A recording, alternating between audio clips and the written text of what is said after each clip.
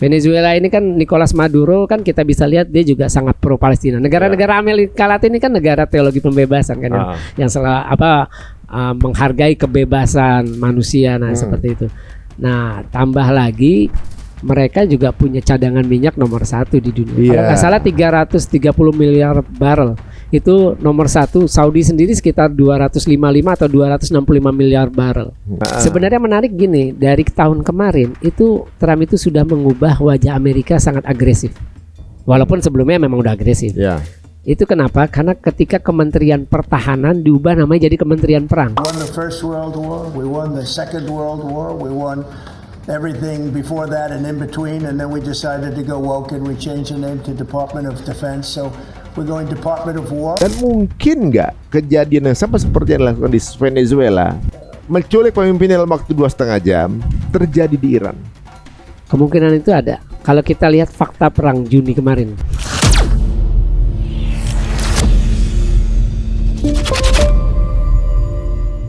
Langsung saja kita akan ketemu dengan narasumber kita, Bang Faisal Asegaf. Nah, sekarang kalau kita geser sedikit nih ke Venezuela. Amerika ngebom Venezuela. Ini rame gara-gara ya PBB juga mestinya bersuara nih. Karena tindakan main ngebom sebuah negara berdaulat itu kan tindakan melanggar hukum. Kok bisa santai aja gitu mereka ngelakuin ini? Nah, itu tadi Pak Ari Untung, sanksi internasional ini tidak akan mungkin dikenakan terhadap negara yang punya hak veto atau sebuah negara yang didukung oleh negara pemegang hak veto. Amerika kan pemegang hak veto. Mereka sebelum terbentuk PBB mereka sudah ngebom Hiroshima Nagasaki. Dari 2001 mereka dengan alasan memburu Usama bin Laden mereka menjajah Afghanistan. Akhirnya keluar zaman Obama. 2021 mereka nyerah. Terus kemudian dengan alasan Saddam memproduksi senjata massal dan itu akhirnya tidak pernah terbukti dengan propaganda negatifnya Tony Blair dengan George Bush waktu itu, mereka menjajah Irak, menumbangkan pemerintahan sah yang waktu itu. Ya terlepas apakah itu diktator itu urusan lain. Artinya ada pemerintahan sah di situ ya, sama dengan kasus Venezuela ini. Venezuela ini kan Nicolas Maduro kan kita bisa lihat dia juga sangat pro Palestina. Negara-negara Amerika Latin ini kan negara teologi pembebasan kan yang menghargai kebebasan manusia seperti itu. Nah, tambah lagi mereka juga punya cadangan minyak nomor 1 di dunia. Kalau nggak salah 330 miliar barrel. Itu nomor 1. Saudi sendiri sekitar 255 atau 265 miliar barrel. Jadi memang di sini ada sisi politiknya, ada sisi ekonominya. Makanya kita tahu setelah kejadian itu, Trump bilang Venezuela harus ngasih 30 sampai 50 juta barrel ke Amerika. Nah, duitnya ya mereka yang ngelola, istilahnya pemerintahan Trump yang ngelola. Kan aneh itu dipaksa untuk itu. Karena saya dengar itu beritaannya bahwa Venezuela juga merupakan penjual minyak ini ke Cina dan Rusia. Iya, benar. Gitu. Jadi kalau misalnya diambil Venezuela oleh Amerika, maka Cina dan Rusia akan kesulitan untuk mendapatkan pasokan bahan bakar. Gitu. Benar itu, Bang? Saya kira di dunia yang Amerika ini kan sudah tidak menguasai dunia secara sepihak. Udah banyak blok lah. Kita tahu ada BRICS, kemudian ada Shanghai Corporation Organization itu yang di Cina juga, BRICS juga Cina sama Rusia. Saya kira akan gampang lah itu untuk ini. Kita tahu ketika Qatar diblokade dari 2017 sampai 2021 kalau tidak salah pemerintahan Trump pertama. Itu Qatar belinya dari Turki. Artinya gini, ketika ada kekosongan, ada orang yang wah ini ada keuntungan ekonomi nih. Nah, dia bisa masuk di situ. Tetap saja ekonomi dan politik itu kan selalu berbarengan lah. Nah, itu. Jadi nggak akan kesulitan Rusia maupun Cina sendiri. Tapi alasannya sebenarnya untuk kemudian melegalkan Amerika untuk melakukan ini alasannya apa? Narkoba ya katanya. Ya itu yang dijadikan alasan. Sebenarnya menarik gini, dari tahun kemarin itu Trump itu sudah mengubah wajah Amerika sangat agresif. Walaupun sebelumnya memang udah agresif. Itu kenapa? Karena ketika Kementerian Pertahanan diubah namanya jadi Kementerian Perang. Itu kan udah jelas. Artinya kementerian itu dibentuk untuk berperang, bukan untuk bertahan. Kan itu filosofi dari nama itu. Kalau Kementerian Pertahanan untuk bertahan dari serangan luar. Kalau Kementerian Perang artinya untuk berperang dengan negara luar.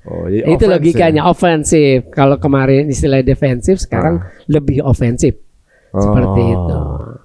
Ini Nicolas Maduro kan uniknya dibawa ke Amerika, dipajang, gitu kan, dipublish gitu, kemudian diarak. Nggak tahu memang gayanya Amerika gitu tuh, waktu di Libya juga tuh kan, Muammar Gaddafi ya, diarak juga gitu, diarak karena beliau sedang ditangkap, kan gitu. Kemudian diadili di Amerika. Ini banyak yang bertanya kan, kenapa nggak melakukan hal sama dengan Israel? Udah penjahat perang, ditangkap jadi di Amerika kan gitu. Iya, harusnya. Kenapa ini kayaknya tebang pilih atau ya kayak nggak fair aja gitu. Iya. Ini kalau kita lihat memang standar hukum internasional ini kan dibentuk oleh negara-negara Barat yang menang perang.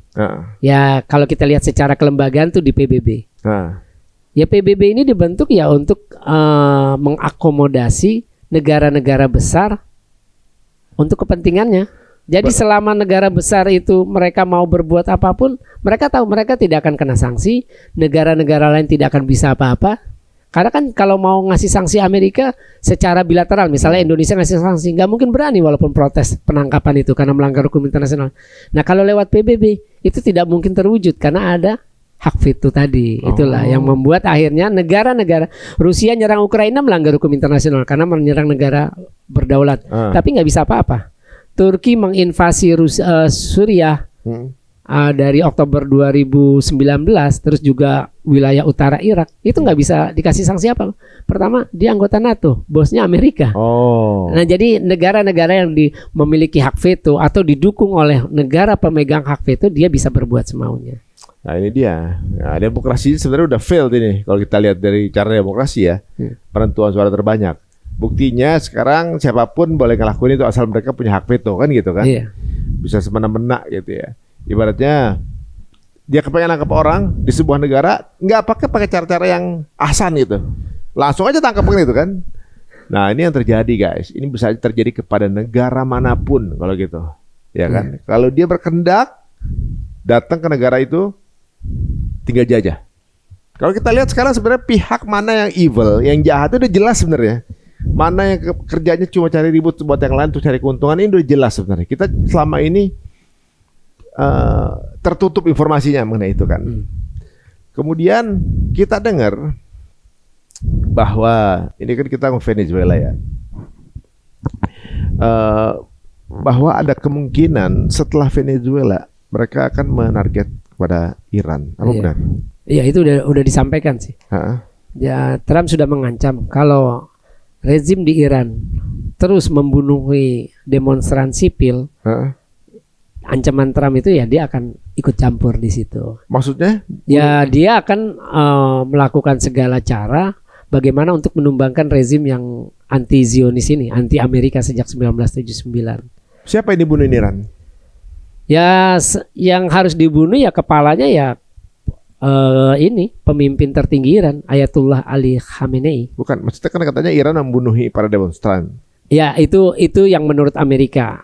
Yang terakhir itu saya baca tadi ada versi berita bilang 35 orang yang udah tewas dalam kan minggu lalu ini demonya. Ada yang bilang 29 orang tewas.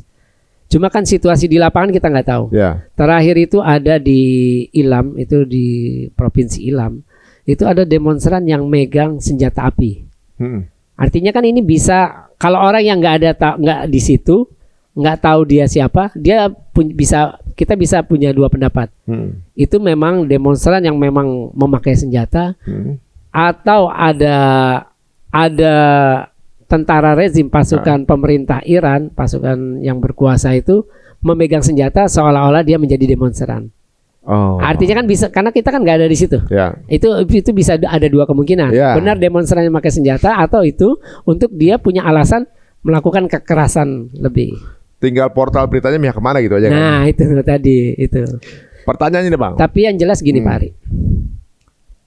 Saya sudah 3 kali ke Iran. Hmm. Itu saya melihat negara yang dikucilkan oleh Barat sejak 1979, Ya. mereka bisa bertahan, Hmm. ya kan? Mereka dikucilkan. Sekarang nilai tukar dengan dolar sudah ambruk sampai 1,4 juta. 1 dolar 1,4 juta rial. Oh gitu, Real Iya. Iran. Makanya itu demo itu dipicu itu dulu. Kita nggak tahu nanti tiba-tiba ada yang numpang di situ isu lain. Nah itu. Tapi yang saya lihat, ini yang saya perhatikan, mereka itu punya pride sebagai sebuah bangsa. Hmm.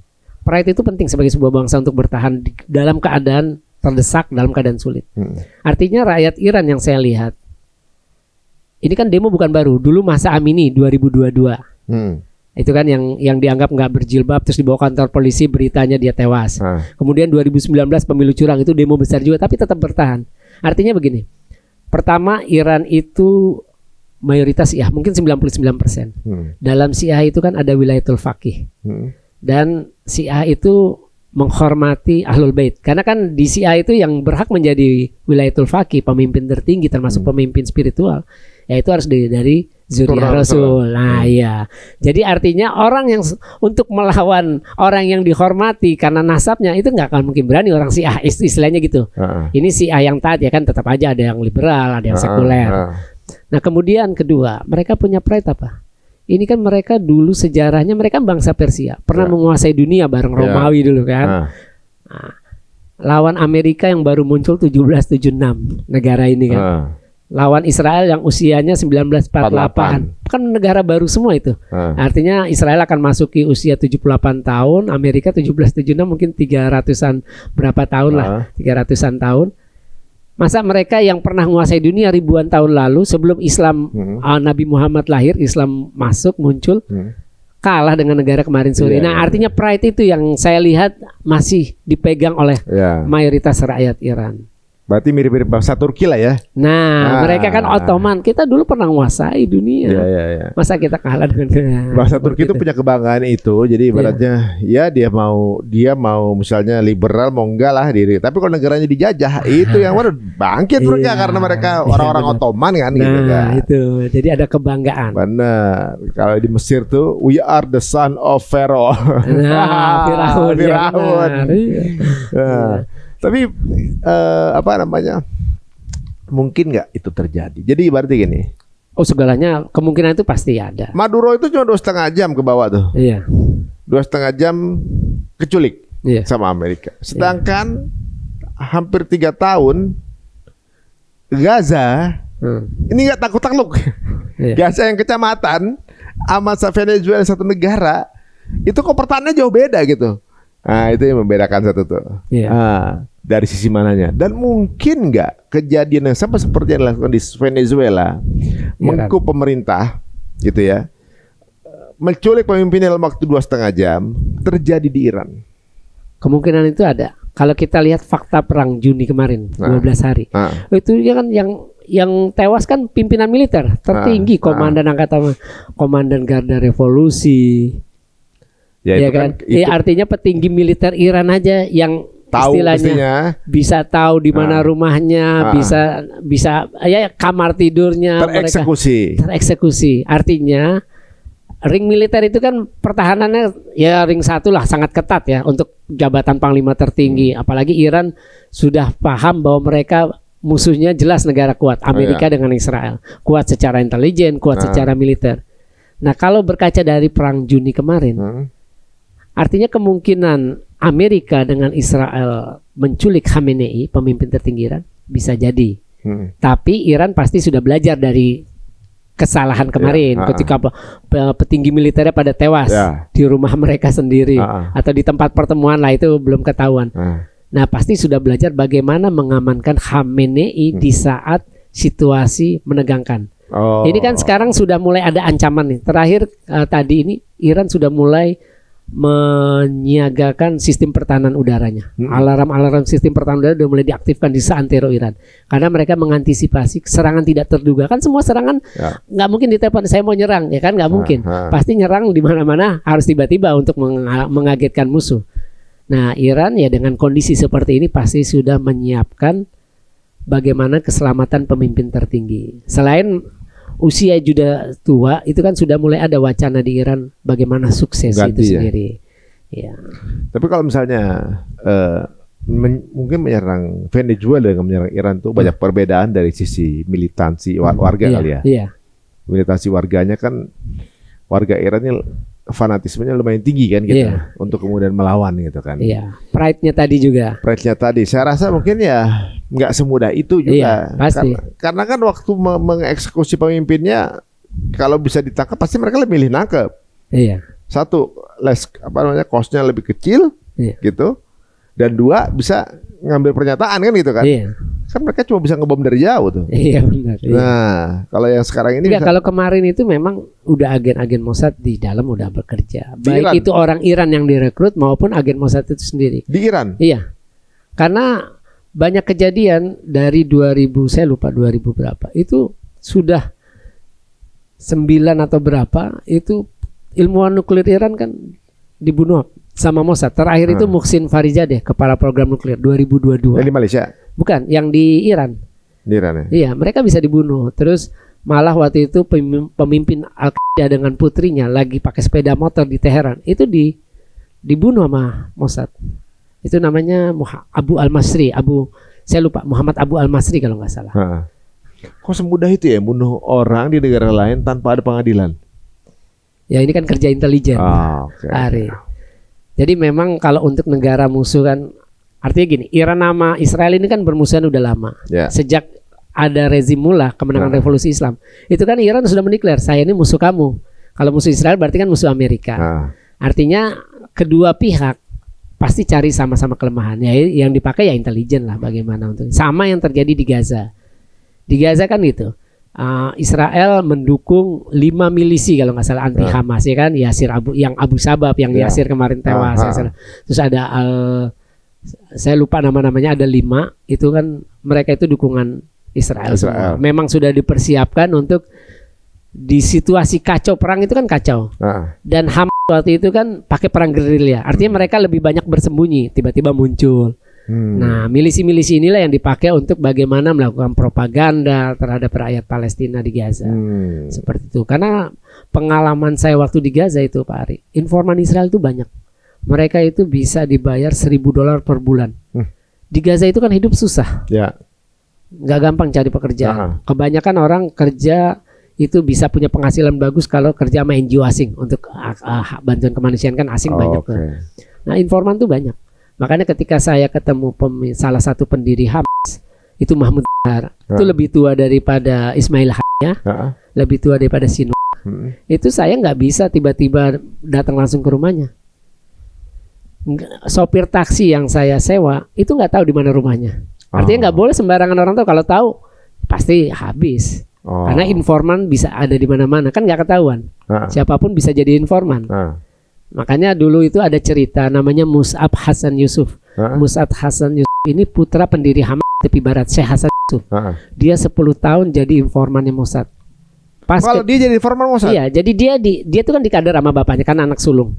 Setiap ada rapat dengan Hamas, bagaimana merencanakan penyerangan, itu diajak. Nah, dia yang bocorin.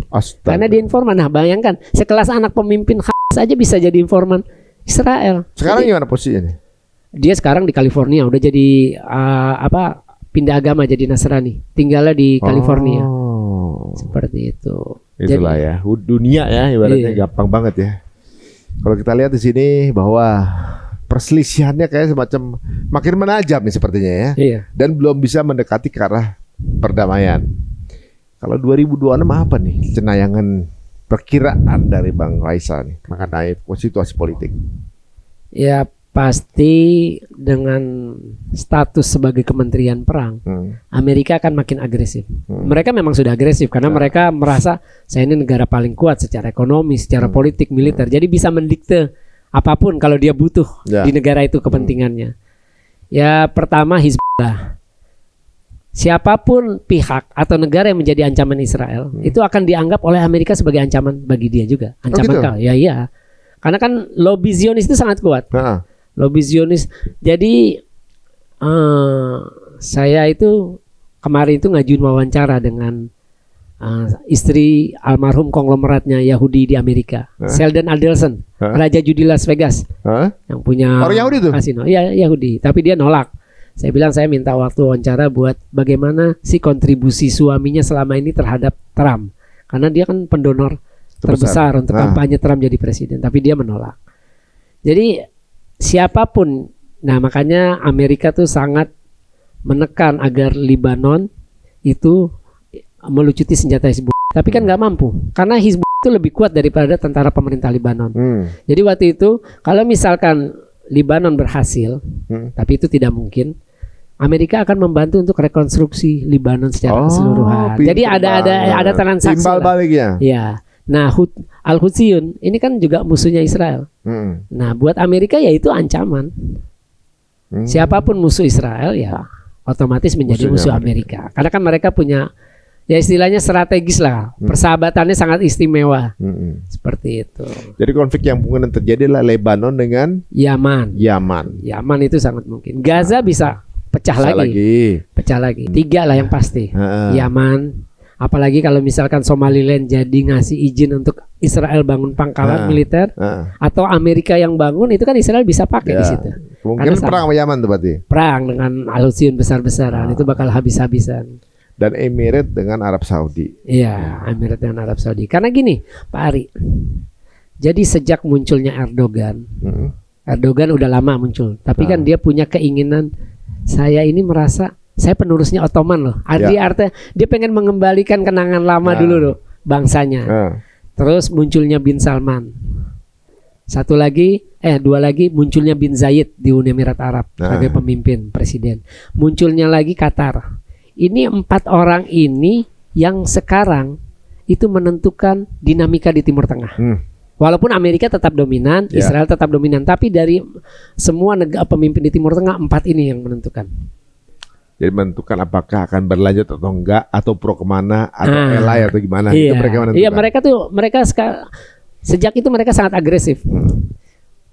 Qatar agresif secara diplomasi karena dia nggak mungkin perang, kecil banget negaranya, walaupun ada pangkalan militer Amerika. Tapi Arab Saudi kita tahu nyerang Hutsiyun sejak 2015, walaupun sampai sekarang nggak menang, itu barang UEA loh. Nah tiba-tiba pecah di tengah jalan karena UEA mendukung gerakan separatis untuk dirikan Yaman Selatan.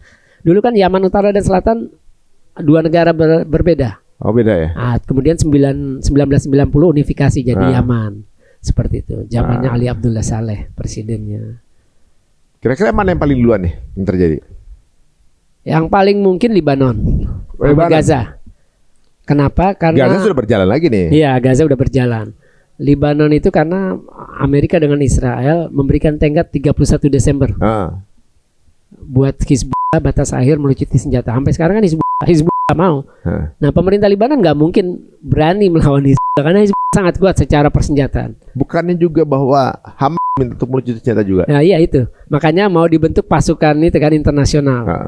Nah, kalau saya sih merekomendasikan kepada Presiden Prabowo untuk membatalkan komitmennya. Untuk kan mengirim pasukan. Karena kita tahu Azerbaijan terakhir negara berpenduduk mayoritas Muslim. Syiah itu punya hubungan diplomatik dengan Israel. Presidennya sudah mengumumkan 2 hari lalu kalau tidak salah. Ilham Aliyev mengumumin kita tidak akan mengirim karena kita tidak mau mengorbankan tentara kita di sana. Kenapa Gaza ini sangat berbeda dengan pasukan UNIFIL di Lebanon? Ini Gaza ini kan bukan wilayah berdaulat. Palestina ini kan masih wilayah jajahan, bukan negara berdaulat. Artinya Israel bisa melakukan apa saja yang bisa mengancam keamanan pasukan kita kalau kita kirim.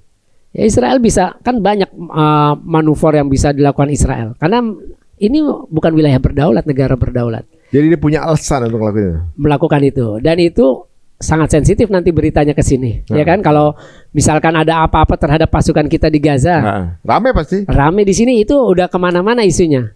Yang kedua ini Pak Ari, ini kan bukan pasukan perdamaian PBB.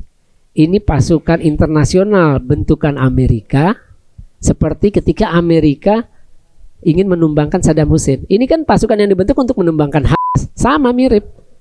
Kita nggak pernah punya sejarah ikut pasukan begitu. Jadi semacam pasukan yang digunakan sebagai atribut, bukan atribut ya. Sebagai ini Ini instrumen Iya. politik. Ya, Ya. untuk kepentingan Israel. Artinya pasukan itu akan jadi centengnya Israel di sana. Oke. Karena tujuannya kan melucuti senjata Hamas, demilitarisasi Gaza. Guys, makin gemes ya sama Israel dan teman-temannya ini ya. Ternyata belum habis itu mereka. Atau juga mereka karena secara ekonomi kemampuan dari perang dengan Gaza cukup lumayan berat. Mereka akhirnya cari perang-perang ke negara-negara yang kemungkinan nggak bales gitu kali ya. Iya. Nah, tapi lain cerita kan kalau nyerang Iran tentunya. Iya. Nah, kira-kira guys, 2002 udah pada kawin belum? Soalnya ini perang, ini bukan gimana-gimana, ini perang yang sudah di depan mata akan terjadi.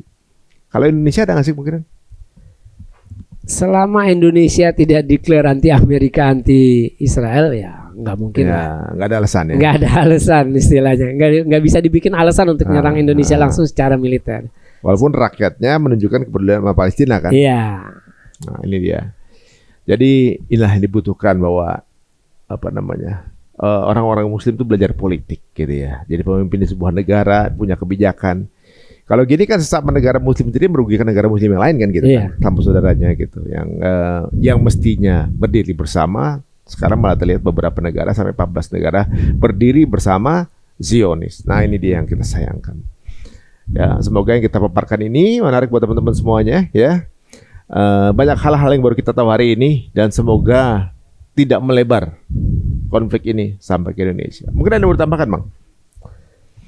Ya, yang ingin saya sampaikan adalah terkait Palestina ya. Saya berharap kepada pemerintah tetap konsisten mendukung perjuangan Palestina, tidak menerima ajakan atau upaya Israel untuk ya istilahnya menjalin relasi resmi, walaupun ada pihak-pihak di sini juga yang punya ya jaringan lah di sana yang ikut bermain. Ya, terus kemudian juga ya saya senang karena masyarakat Indonesia masih sangat konsisten, berdemonstrasi, memberikan sumbangan, karena itu sangat penting untuk memelihara mimpi rakyat Palestina untuk merdeka. Cuma yang disayangkan ya sampai sekarang tidak ada satupun pemimpin negara Muslim yang berani mengambil terobosan agar Palestina untuk merdeka. Karena kalau kita lihat dari kekuatan militer digabung ya kuat. Sebenarnya, cuma kan ya itu tadi kepentingan nasional masing-masing sangat berbeda ya.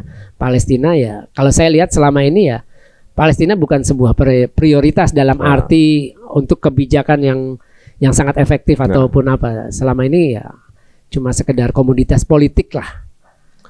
Ya, sayang banget ya untuk umat Muslim yang ada di sana tuh kayak semacam jadi objek untuk kayaknya untuk kontestasi politik ya, konsultasi politik tiap negara secara internal. Bilang pro Palestina tapi nggak ada hal yang konkret yang dilakukan oleh mereka gitu. Ya mudah-mudahan ini menjadi wacana buat kita semua bahwa apa yang terjadi di Palestina adalah wajah umat Muslim. Kalau masih terjajah, berarti secara ideologi kita juga terjajah gitu ya. Ini menunjukkan bahwa apa yang terjadi di sana menunjukkan bahwa umat Muslim belum punya kemampuan apa-apa untuk membebaskannya. Ya, terakhir Pak Ari. Jadi jihad yang paling sah saat ini ya di Palestina, karena melawannya jelas Zionis, penjajah. Benar. Bukan melawan sesama Muslim. Ya. Itu. Nah, gitu. Jadi teman-teman semuanya, ayo sekarang kita luruskan niat untuk membebaskan Al-Aqsa dan jangan mau diajak atau diadu domba untuk memerangi sesama Muslim. Apalagi beda pengajian aja ribut. Nah ini juga jangan sampai.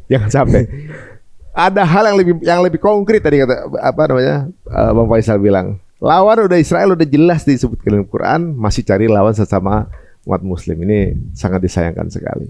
Baiklah, jika ada menarik, silakan share sebanyak-banyaknya link ini. Dan ini menarik sekali guys, karena ini sedang hangat-hangatnya terjadi dan kita jadi bisa melihat atau mengetahui ke arah mana sih sebenarnya perputaran-perputaran yang terjadi di dunia luar sana yang makin hari kelihatan makin panas gitu. Terima kasih Bang Faisal untuk waktunya. Dan teman-teman semuanya terima kasih untuk subscribe Cerita Untung. Sebar link ini sebanyak-banyaknya. Sampai ketemu lagi di episode berikutnya. Assalamualaikum warahmatullahi wabarakatuh. Waalaikumsalam warahmatullahi wabarakatuh.